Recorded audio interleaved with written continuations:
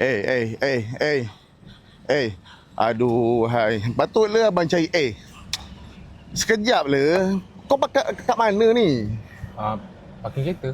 Abang cari kau daripada tadi, kau tahu tak? Ini pakai lori, kan ada lori ni hang. Kau nampak tak lori? Salah. Kau tak nampak ke besar sangat parking tu? Parking boleh letak kemah kerja kahwin. Nak teruskan.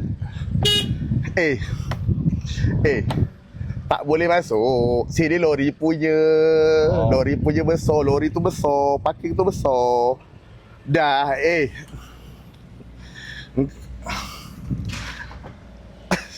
Yelah, rasa. Sikit bang, sikit lagi. Siap dah ni. Kau tengok ribbon. Nak break. Okay, contoh. Kau tengok depan tu Depan boleh parking lagi sebiji kereta. Lagi sebiji kereta. Okey.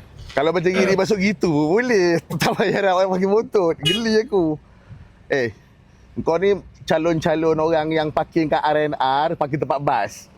Tahu calon-calon tak? Kena perayaan. PL macam kau ni tak nak dengar kata. Cuba kau dengar kata kalau orang ajar tu. Aku ni dah lama tak ingat. Budak tak lembab. Okey. Pusingkan habis. Keluar balik. Jangan parking sini ni lori punya. Patutlah. Dah masuk. Kau nak macam mana lagi? Nak kereta tu sampai terjogit gitu kan? Dah lah. Gigit jalan keluar.